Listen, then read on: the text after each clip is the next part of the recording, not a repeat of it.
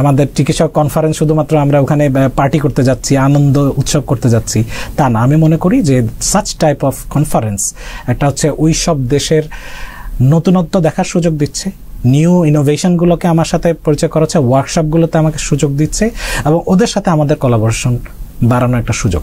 তো এইসব কনফারেন্সে আমি মনে করি ডলার সংকটের বিষয়টাকে প্রায়োরিটি না দিয়ে দেশের স্বার্থটাকে আমি মনে করি যে আগে নিয়ে আসা উচিত। স্কলারশিপের কথা বলতেছেন আপনি, স্কলারশিপটা আসলে যদি হয় তাহলে ডলারটা আমরা প্রয়োজনে এড়ায়ও যাওয়ার সুযোগ আমাদের সামনে আছে, তখন এটা বেশি আসে না কারণ সেটা আমাকে সাপোর্ট দিচ্ছে। এক্ষেত্রে আসলে শিক্ষার্থীদের মানে পোস্ট গ্রাজুয়েশন অথবা গ্রাজুয়েশন পর্যায়ের হোক মানে প্রস্তুতির জন্য কোনো কলাকৌশল বা কোনো রকমের কোনো পড়াশোনা বাড়তে কোনো সুযোগ দরকার আছে কিনা? আসলে অবশ্যই দরকার আছে। প্রথম জিনিস হলো এমবিবিএস এ যিনি ভর্তি হলেন আমাদের স্বপ্নটা দেখতে হবে এমবিবিএস থেকে। যখন আমি ডাক্তার হয়ে গেলাম, হ্যাঁ, স্বপ্নের শুরু এখান থেকে। পোস্ট গ্রাজুয়েশনের সময় প্রত্যেকটা স্বপ্নের জায়গায় আসলে স্বপ্নটা শুরু করতে হয়। মানে সমস্যাটা হচ্ছে যে আমার কাছে ইনপুট থাকে না আসলে কোন কোন জিনিসগুলো আমার কাছে করা। যেমন পোস্ট গ্রাজুয়েশন যখন একজন ছেলে চান্স পায় তখন তাকে বলি যে শুরু থেকেই তোমার উচিত হচ্ছে তুমি যতগুলা কাজ করবা এটা ডকুমেন্ট রাখা, যেটা পোর্টফোলিওটা খুবই ইম্পর্টেন্ট। আমি কি কি কাজ করেছি, কি কি কাজ শিখেছি সেটা কিন্তু in the form of logbook আমাদের আছে। জি। আবার দ্বিতীয় যেটা ডকুমেন্টেশন করা। তৃতীয় হচ্ছে যে অ্যাটিপিক্যাল যে কেসগুলো পাচ্ছি সেটা যখন আপনি পাচ্ছেন দেখলেন, দেখে চলে গেলাম, বাড়িতে চলে গেলাম, অথবা আপনারই এক কলিগ ওটা একটা কেস রিপোর্ট করে ফেলেছে। আমার মনে আছে আমার মেডিকেলের সিনিয়র বড় ভাই ডক্টর ফজলে রাব্বি, আমরা যখন মেডিকেলে উনি তখন মেডিসিনের হেড স্যারের সাথে পটকা মাছ পয়জনিং হলো, পটকা ফিশ পয়জনিং। জি। তো ওইটা নিয়ে ওই কাজ করে করে উনি কিন্তু একটা পেপার তৈরি করে ফেললেন মেডিকেল। ওই সময় ছোটবেলার থেকে দেখছেন উনি পটকা ফিশ পয়জনিং এর উপর লিখছেন, ওইটা কিন্তু অনেক সাইটেশন হওয়া একটা তাহলে উনি কিন্তু ওই সময় মেডিকেলে বসেই কিন্তু এটা চিন্তা করেছিলেন।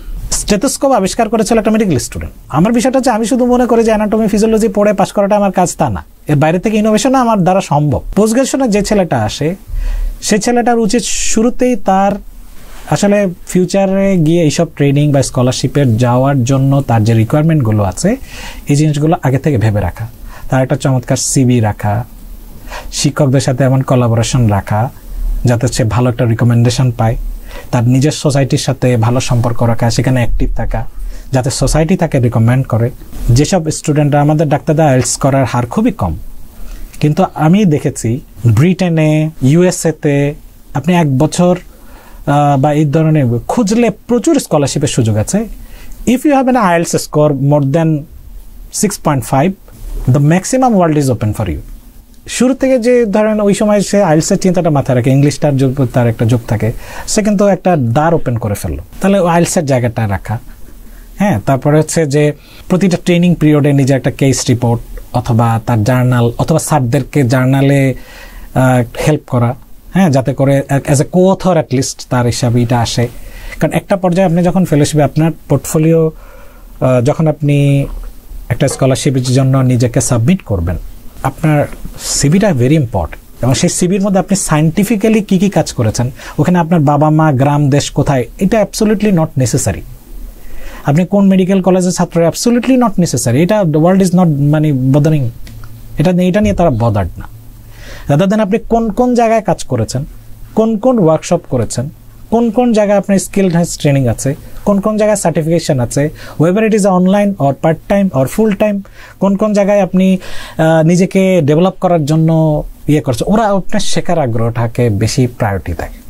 যখন আপনি সিভির মধ্যে এই জিনিসগুলো চলে আসবে তখন অটোমেটিক্যালি আপনি আপনার চাওয়ার জায়গাগুলো আমার মনে হয় ফুলফিল করতে পারবেন, গ্র্যাজুয়ালি পারবেন।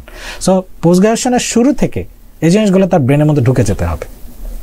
হ্যাঁ, এবং এভাবেই আসলে নেক্সট স্টেপের জন্য নিজেকে প্রিপেয়ার করতে হবে।